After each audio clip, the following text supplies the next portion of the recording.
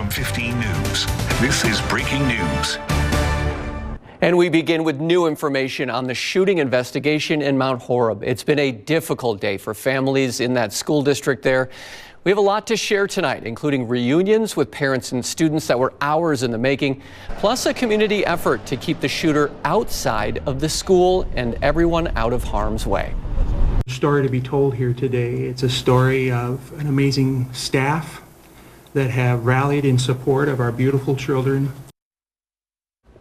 Thanks so much for staying with us tonight. I'm Mark McPherson. There aren't many days like this in south central Wisconsin as a school district had to face an active shooter. We've learned tonight the suspect is dead. Mount Horeb police officers shot and killed that gunman who was a student in the district. We also know he was never able to step foot inside that school. But we'll have more on that later. But first, we want to focus on what parents and students went through today. It had to be an unbelievable day for them. Let's get right out to Cameron Kelly. And Cameron, it was actually several hours between when the incident happened and when parents got to see their kids again. Mark, it was an emotional day for families. Some parents waited up to 7 hours to see their kids. I was able to speak to one mom who recounted her day. Are they okay? Did they get shot? Anything, you know. It's very sad. It's scary. Yeah. Mom of 5, Brittany Rodriguez, said her typical Wednesday became frightening very fast after she received a phone call from her oldest. It was around 11 o'clock. My son called me and he was like, Mom, there's a shooting. And he's like, I'm running from the school. He was like, I don't know what to do. After waiting for over 5 hours, Rodriguez was finally able to get her 2 kids from one of the lockdown locations. It was like, thank God, to actually see your child is physically okay, than just being heard that they're okay. She says it's important that parents build close bonds with their children. Everyone needs to love their children, you know, be there for them, talk to them, because you never know what's going through their mind. Residents in the surrounding area say students in the Mount Horeb School District will forever remember May 1st. They're going to need a lot of support, a lot of help. I'm sure the school district and the state and the village and the county are going to send in trauma specialists, but we as a village need to take responsibility to help these kids too. There will be no school in the district tomorrow, but the school will be open for support for family and the students, and the superintendent says he hopes to be back in session on Friday. For now, reporting in Mount Horeb, Cameron Kelly, WMTV 15 News. Cameron, thank you. I can't imagine what that was like for parents today.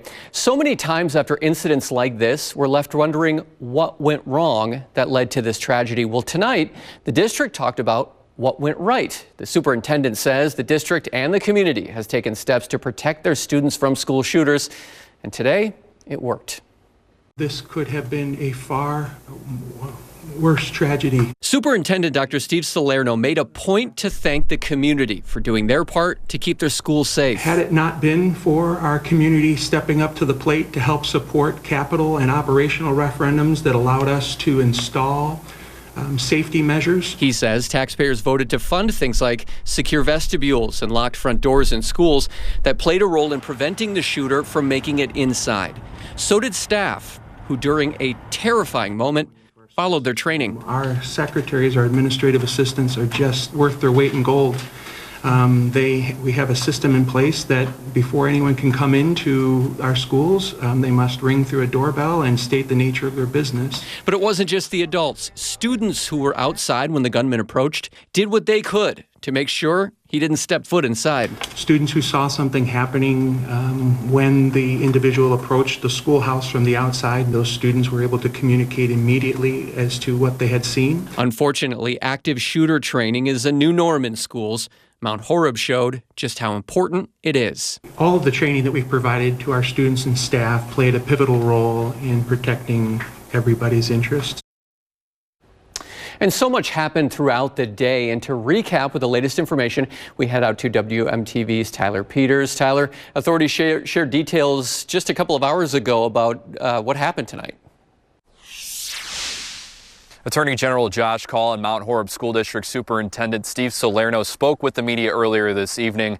We now know that it was a student in the Mount Horeb School District that was the suspect involved in this incident. But this type of incident is any parent's nightmare. This is a traumatic incident for parents, for students, and for anybody who has a family member impacted by something like this. It's an incident that's left the Mount Horeb community in shock. It all began this morning when the Mount Horeb Police Department responded to a report of someone with a weapon outside the middle school. The situation prompted the Mount Horeb School District to lock down. Authorities say police used deadly force and the male suspect died. We're not identifying the student at this point in time. What I can say is that it was a student, it was a minor. Officials would not say whether or not the suspect fired at authorities or what type of weapon the suspect had. Those details regarding the incident involving the student are ones that are the subject of the ongoing investigation, and we'll continue to provide updates as we can as more information is gathered. Officials say thankfully no one else was hurt or killed. We of course lift our prayers to all who've been impacted by today's events, and we think it's best that tomorrow we take a beat, we take a rest, and we open up our schools to students and staff for support.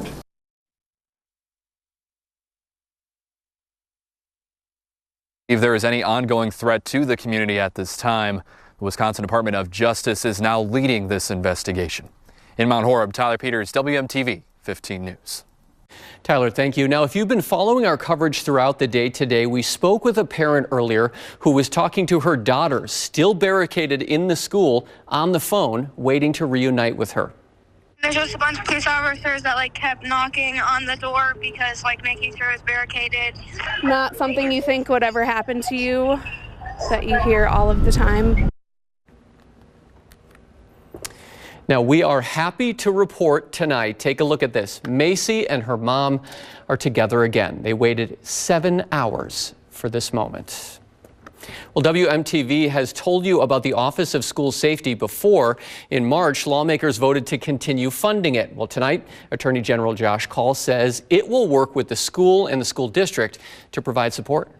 The Office of School Safety at DOJ will also be working in collaboration with the school district going forward to help ensure that our kids are returning to an environment where they feel safe. Now, the OSS was created in 2018. Lawmakers continue to work on a more long-term funding program. Governor Tony Evers visited Mount Horeb School District just 2 months ago and says his heart breaks for that school, the district, and the community. Governor Evers says he is offering his full support for students, educators, staff, and families.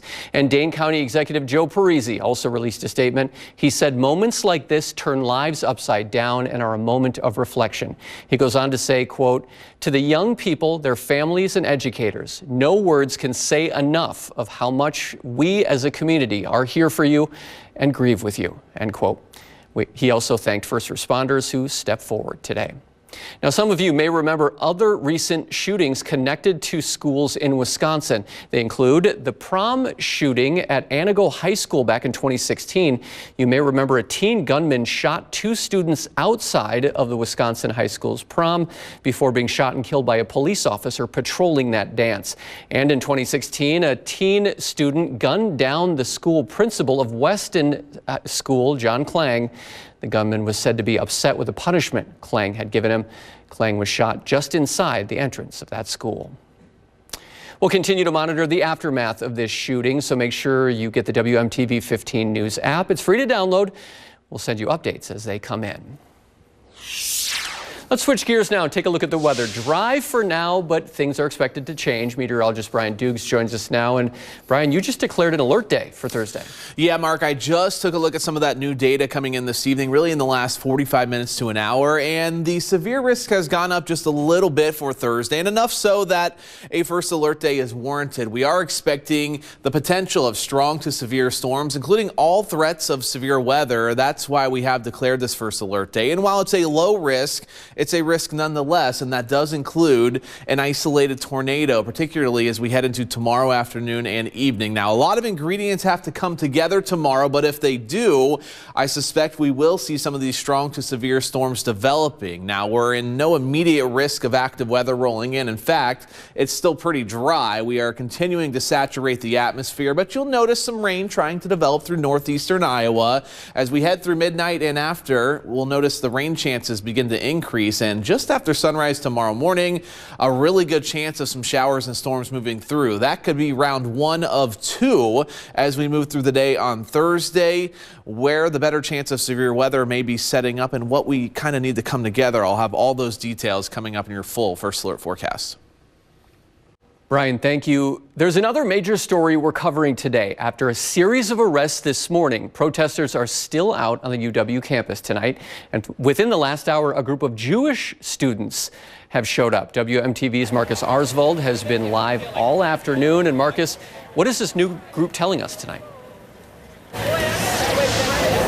So a group of Jewish students, as they describe themselves, are just now leaving. They were here for about an hour, starting around 9 p.m. this evening. Now, they were on that side behind me. I apologize, it's dark and it's really hard to see right now, but they arrived with music and speakers and were chanting with pro-Israel flags. They were near the Historical Society. Then if you'll walk with me this way, here on this side we have the pro-Palestine side, and they have been praying and being quiet for the last 30 minutes. But before that, they were also chanting and singing, and it sort of did feel like we were on two sides here, listening to two sides sing and pray and share their own stories. Now, I spoke with a woman who is protesting for pro-Palestine, and she's holding up a sign saying that a lot of people need to educate themselves and should care about these issues. But if you don't turn your back on it, it's desperately sad and frustrating that we seem unable to stop that. This is only for us as Jewish people that have been feeling unsafe and uneasy for the past pretty long time, that the Israeli people and the Jewish people are strong and we're here to stay and we're going to support each other no matter what. And the second student you heard from there was one of the Jewish student organizers who showed up around 9 p.m. tonight. And we've been here since 7:30 a.m. this morning when UW police did clear out these initial tents and things did become violent. There were arrests. A lot of those people are now out now, and there are more tents up. We've still not heard from UWPD if they will try to clear these tents, but I have seen UWPD on scene here just standing by quietly. I think about 4 officers are still here. For now, live in Madison, Marcus Arsvold, WMTV 15 News. May starting off with a good chance of storms. We're timing it out in your First Alert forecast. We want to check back in on the situation going on tonight. We know a suspect is dead following a shooting near Mount Horeb Middle School. We know officials shot and killed him. He was also a student, although he was never able to make it into the school today. WMTV's Cameron Kelly joins us live again from Mount Horeb. And Cameron, what's the latest? Mark, well, families are really hugging their kids closely tonight. Some of the parents waited up to 7 hours to see their kids. And about an hour ago, the superintendent had put out a post on Facebook saying that all buses carrying in students have safely transported to the district bus garage. And that's where those families were waiting today. You saw earlier in the 10 o'clock where I showed you a mom who has 5 children, and 2 of them are in the middle school, 1 of them in the high school. She said it was a long day. She felt very emotional and scared and helpless as well because she couldn't be with them at that point in time. But a lot of the families are just really happy, and a sense of relief was in the area at that time. Earlier today, it was just, a lot of tension and a lot of anxiousness. But towards the end of the day, families started to feel relief. Again, tomorrow there is no school tomorrow in the school district at all, and the superintendent is hoping to be back in session for students on Friday. For now, live in Mount Horeb, Cameron Kelly, WMTV 15 News. Cameron, thank you. Former President Donald Trump is on a one-day break from his New York trial to get back on the campaign trail. Today, he spent time in the Badger State at a rally in Waukesha. During the rally, the former president brought up that the White House is considering taking in refugees from the Gaza war, but he thinks it's time for the government to focus on itself, or America might not make it. It's nice to be good. We got to run our country. Our country's in trouble. Our country might not survive. I'll tell you what, if we don't win this election, I don't think our country's going to survive. I will say it. And I've never said that publicly, I don't think. But I felt it for a long time. I actually think our country's not going to survive. There are plenty of neighboring Muslim countries to take them. They should take them. They don't want them, by the way. They don't want them. They don't want them. Trump's visit to Wisconsin marks his second trip to the swing state in just a month. For the last rallies, the former president largely focused on immigration at the border. Republicans say President Biden is campaigning in Wisconsin because he's concerned about losing support. Meanwhile, Democrats are saying the same thing about the Trump visit today. Lieutenant Governor Sarah Rodriguez lives in Waukesha and says Democrats have made gains in recent elections. I think he's worried that he is losing voters here in Waukesha, and he is, because of his extreme views on abortion, his extreme views on many other things. And so he is trying to come here to shore up some support here in Waukesha, but I know my neighbors, my friends are going to reject that extremism. Democrats are focusing on Trump's abortion stance. Rodriguez predicts he would sign a national abortion ban if elected. Election season is starting to get busier, so stick with us throughout. We are covering both the RNC and DNC conventions. We are your home for the most accurate election coverage in Wisconsin. And now, your first alert forecast from 15 News. All right, an alert day now in place for Thursday. We've been tracking this system for several days. Actually gave you a first alert back over the weekend. Ingredients kind of coming together. The risk has gone up a little bit. I'm a little more concerned that we may run into some problems, especially for the second half of Thursday. We are at that level 1 risk, isolated strong to severe storms on Thursday, but all risks remain a possibility. An isolated tornado, gusty winds, some hail, and believe it or not, perhaps a localized flooding risk. Of course, we've had numerous rounds of rain lately, and we're finally starting to saturate the ground. And if we get too much too quickly tomorrow, we may see some of that lowland flooding, the favorited areas that kind of accumulate the water. I think a ½ inch to an inch area wide locally through southwestern Wisconsin, also an area that picked up a lot of rain over the weekend. We could see up to about 1.5 inches. So we'll see how things kind of come together tomorrow. As I was mentioning off the top, a lot of ingredients have to come together. They all have to come together for this to materialize. One of those being the warm front. How far north does it go? If it ends up around the state line, a lower severe risk. If it moves into the Madison area northward, a higher severe weather risk. Will we see a break between round 1 and round 2 of storms? And will we see some sunshine around midday and into the afternoon? If that happens, it will add more fuel. Again, all these things kind of have to come together for things to materialize, but it is a risk, even though it's a low one, that we need to keep an eye on. And it's always better to be safe than sorry when it comes to any type of severe weather risk. 59 degrees in Madison right now. Winds are calm. It's kind of the calm before the storm. The dew point's up. It was into the 30s earlier. Remember, that has to get closer to that number before rain happens, and we're slowly doing that. Places sitting into the upper 50s, low 60s this evening. Still dry out there, but rain beginning to develop out to the west. You can see that working in our direction. The main area of rain for the morning, though, is still back through Nebraska, so it's going to be a while before we have too much to worry about. There's a spotty shower chance tonight through sunrise,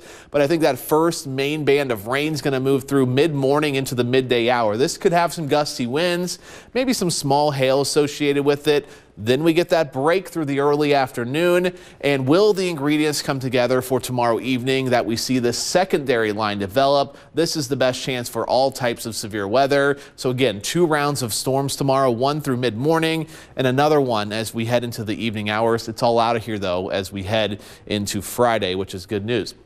Overnight tonight, 51, a few showers late, better chance of rain by mid-morning tomorrow, 64.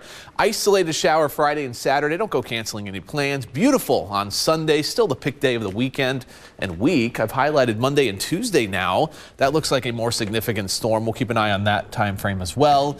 Very active and spring-like as we head through May now. Getting used to the rain at this point. We really are, yeah. All right, Brian, thank you. Well, Amtrak is now selling tickets for a second daily rail service through Wisconsin.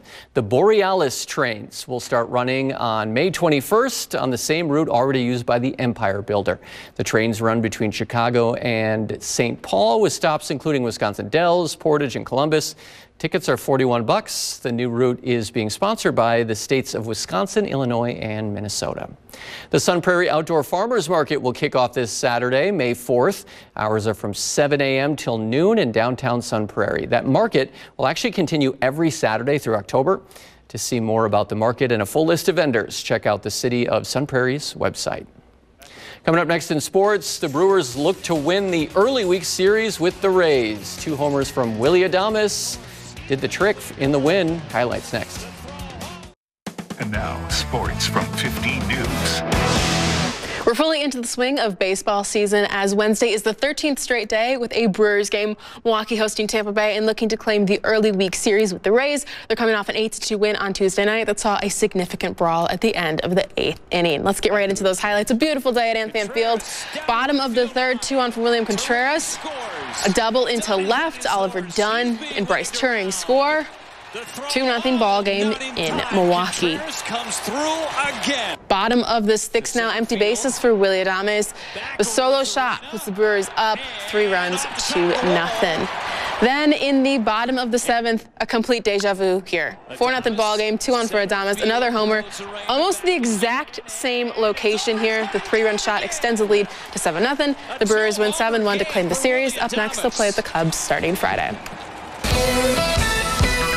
We have a sneak peek of what Wisconsin men's hoop schedule will look like for the 2024-2025 season as the conference opponents for next year were announced. Big Ten teams will play 20 conference games next year, which is the same as last season, even though the conference is expanding to add Oregon, UCLA, USC, and Washington. Next year, the Badgers' home-only opponents are Indiana, Michigan, Nebraska, Oregon, Ohio State, Penn State, and Washington. Exclusively on the road, the Badgers will play Maryland, Michigan State, Northwestern, Purdue, Rutgers, UCLA, and USC. Illinois, Iowa, and Minnesota will be the 3 teams the Badgers play at home and on the road.